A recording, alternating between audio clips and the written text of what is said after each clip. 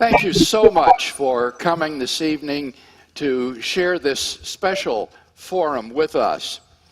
The question, is there meaning to life, is closely connected to another equally profound question, namely, does God exist?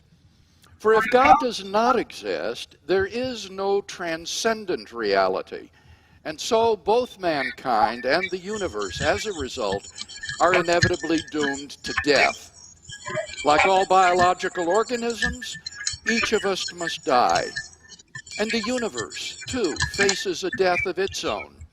Scientists tell us that the universe is expanding, and everything in it is growing further and further apart. As it does so, it grows colder and colder, and its energy is used up. Eventually, all the stars will burn out, and all matter will collapse into dead stars and black holes. There will be no light. There will be no heat. There will be no life. Only the corpses of dead stars and galaxies, ever expanding into the endless darkness and the cold recesses of space. A universe in ruins. This is not science fiction. As unimaginable as it may seem, this will happen. So not only is the life of each individual person doomed, the entire human race is destined to destruction. There is no escape. There is no hope. These plain scientific facts seem nearly incontestable. The question then becomes, what is the consequence of this? Many atheist thinkers have argued that it implies that human life itself becomes absurd. It means that the life we do have is without ultimate purpose, value, or significance. These three notions, purpose, value, significance, though closely related, are conceptually distinct. Purpose has to do with a goal, a reason for something. Value has to do with something's moral worth. It's being good or evil, right or wrong. Significance has to do with something's importance, why it matters. Many atheist philosophers, from Nietzsche to Russell to Sartre, have argued that if God does not exist, then life is ultimately absurd. It is without ultimate purpose, value, or significance. Let me say a word about each one of these.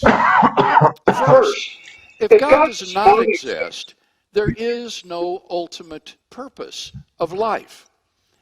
If death stands with open arms at the end of life's trail, then what is the goal of life? Is it all for nothing? Is there no reason for life? And what of the universe? Is it utterly pointless? If its destiny is a cold grave in the recesses of outer space, the answer must be yes. It is pointless. There is no goal, no purpose for the universe. The litter of a dead universe will just go on expanding and expanding forever. And what of mankind? Is there no purpose at all for the human race?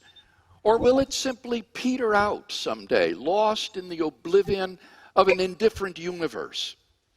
The English writer H.G. Wells foresaw such a prospect. In his novel, The Time Machine, Wells' time traveler journeys far into the future to discover the destiny of man. All he finds is a dead Earth, except for a few lichens and moss orbiting a gigantic red sun. The only sounds are the rush of the wind and the gentle ripple of the sea.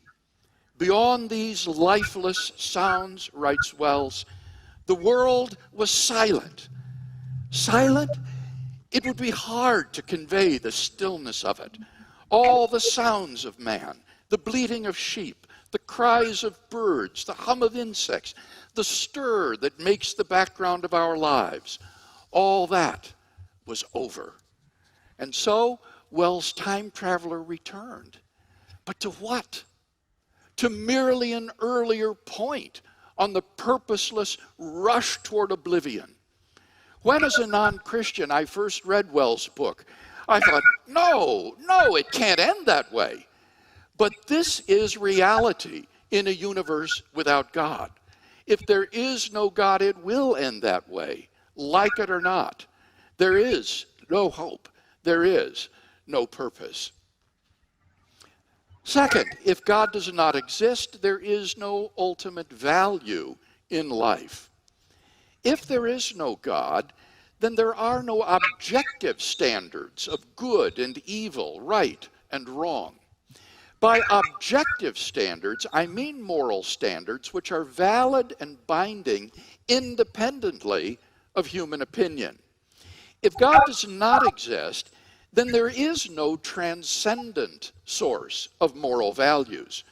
Rather, moral values are either just the byproducts of socio-biological evolution and conditioning, or else expressions of personal taste. As the philosopher of science Michael Ruse explains, the position of the modern evolutionist is that humans have an awareness of morality because such an awareness is of biological worth. Morality is a biological adaptation, no less than our hands and feet and teeth.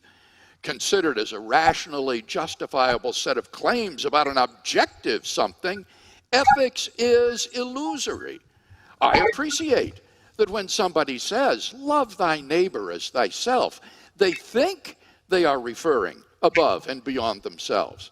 Nevertheless, such reference is truly without foundation. Morality is just an aid to survival and reproduction, and any deeper meaning is illusory. Richard Dawkins puts it succinctly. There is at bottom no design, no purpose, no evil, no good, nothing but pitiless indifference. We are machines for propagating DNA. In a world without God, there can be no objective right and wrong, only our culturally and personally relative subjective judgments. So, who's to say whose values are right and whose are wrong? Who's to judge that one person's values are inferior to those of another? The concept of objective morality loses all meaning in a universe without God. All we are confronted with is, in Jean-Paul Sartre's words, the bare, valueless fact of existence. That means that it is impossible to condemn war, oppression, or bigotry as evil, nor can you praise tolerance, equality, and love as good. For in a universe without God, good and evil do not exist. There is only the bare, valueless fact of existence, and there is no one to say that you are right and I am wrong. Third, if there is no God, then there is no ultimate significance to life. If each individual person passes out of existence when he dies, then what ultimate importance can be given to his life? Does it really matter whether he ever existed at all? Now, certainly his life may be important relative to certain other events, but what is the ultimate significance of any of those events? If everything is doomed to destruction, then what does it matter that you influenced anything? Ultimately, it makes no difference. The contributions of the scientist to the advance of human knowledge, the researches of the doctor to alleviate pain and suffering, the efforts of the diplomat to secure peace in the world, the sacrifices of good people everywhere to better the lot of the human race. In the end, they don't make one bit of difference. They all come to nothing. In a famous passage, the atheist philosopher Bertrand Russell lamented that man is the product of causes which had no prevision of the end they were achieving, that no fire, no heroism, no intensity of thought and feeling can preserve an individual life beyond the grave, that all the labors of the ages, all the devotion, all the inspiration, all the noonday brightness of human genius are destined to extinction in the vast death of the solar system, and that the whole temple of man's achievement must inevitably be buried beneath the debris of a universe in ruins. All these things, if quite not beyond dispute, are yet so nearly certain that no philosophy which rejects them can hope to stand.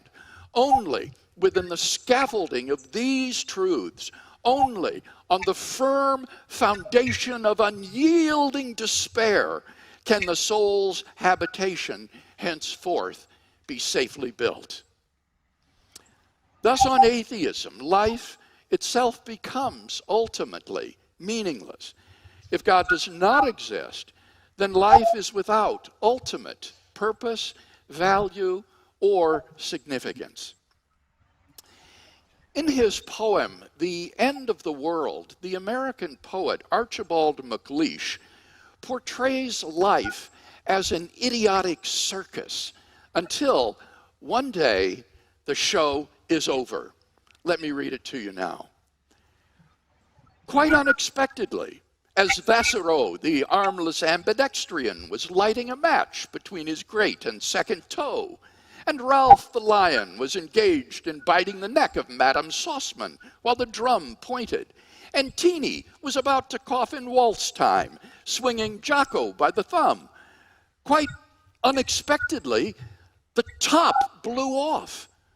And there overhead, there hung over those thousands of white faces, those dazed eyes, there in the starless dark, the poise, the hover, there with vast wings across the canceled skies, there in the sudden blackness, the black pall of nothing. Nothing. Nothing. Nothing at all. This is the horror of modern man. Because he ends in nothing, he is nothing. Do you understand the gravity of the alternatives before us? If God exists, then there is hope for man. If God does not exist, then all we are left with is despair. As Francis Schaeffer has aptly put it, if God is dead, then man is dead too. Unfortunately, most people do not realize this fact. They continue on as though nothing had changed. I'm reminded of Friedrich Nietzsche's story of the madman who, in the early morning hours, burst into the marketplace, lantern in hand, crying, "I seek God! I seek God!" Since many of those standing about did not believe in God, he provoked much laughter. Did God get lost? They taunted him. Or is he hiding? Or maybe he's gone on a voyage or emigrated. And thus they yelled and laughed. Then, writes Nietzsche, the madman turned in their midst and pierced them with his eyes. "Whither is God?" he cried. "I shall tell you. We have killed him. You and I, all of us are his murderers. But how have we done this? How were we able to drink up the sea? Who gave us the sponge to wipe away the entire horizon? What did we do when we unchained this earth from its sun? Whither is it moving now? Away from all suns? Are we not plunging continually, backward, sideward, forward, in all directions? Is there any up or down left? Are we not straying as through an infinite nothing? Do we not feel the breath of empty space? Has it not become colder? Is not night and more night coming on all the while? Must not lanterns be lit in the morning? Do we not hear anything yet of the noise of the gravediggers who are burying God? God is dead, and we have killed him. How shall we, the murderers of all murderers, comfort ourselves? The crowd stared at the madman in silence and astonishment. At last, he dashed his lantern to the ground. "I have come too early," he said. "This tremendous event is still on its way. It has not yet reached the ears of men." People did not yet truly comprehend the consequences of what they had done in killing God.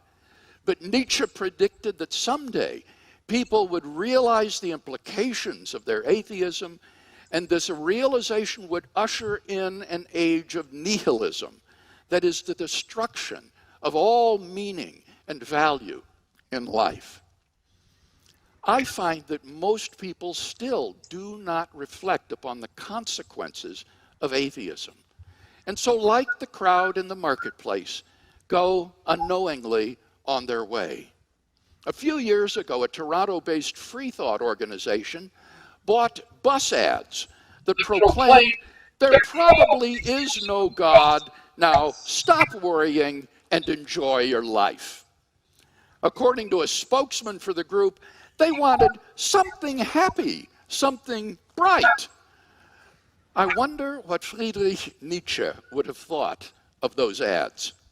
Few contemporary atheists have Nietzsche's courage to look atheism squarely in the face without blinking.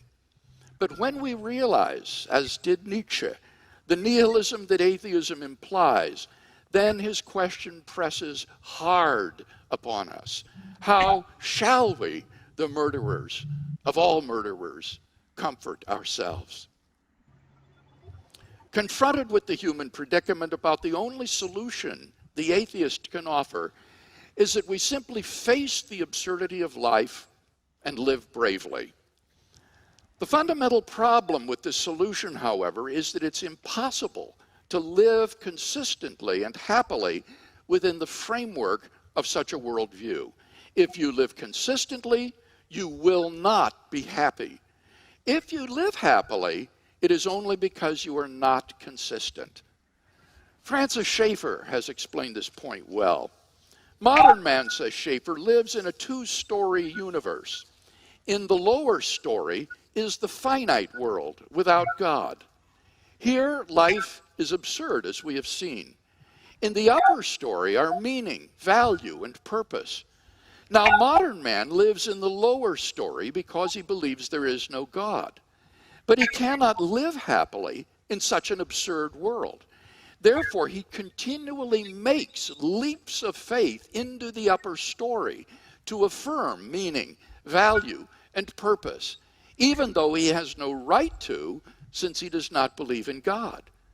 While giving lip service to atheism, the atheist lives as though life were important, as though it really mattered what he does and thinks, as though certain things were really right and wrong, and so is outraged at the injustices of this world, and acts as though his petty projects and plans really were significant. The human predicament is thus truly terrible. The atheistic worldview is insufficient to maintain a happy and consistent life. Man cannot live consistently and happily as though life were ultimately without purpose, value, or significance. If we try to live consistently within the framework of the atheistic worldview, we shall find ourselves profoundly unhappy.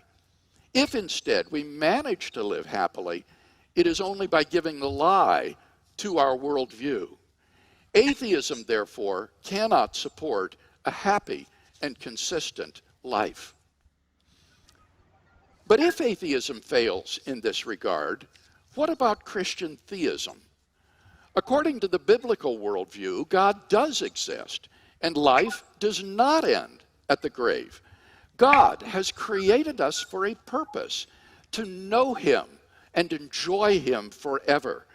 God Himself, who transcends socially relative mores, is the objective standard of moral principles and goodness, and His commandments are the source of our objective moral duties.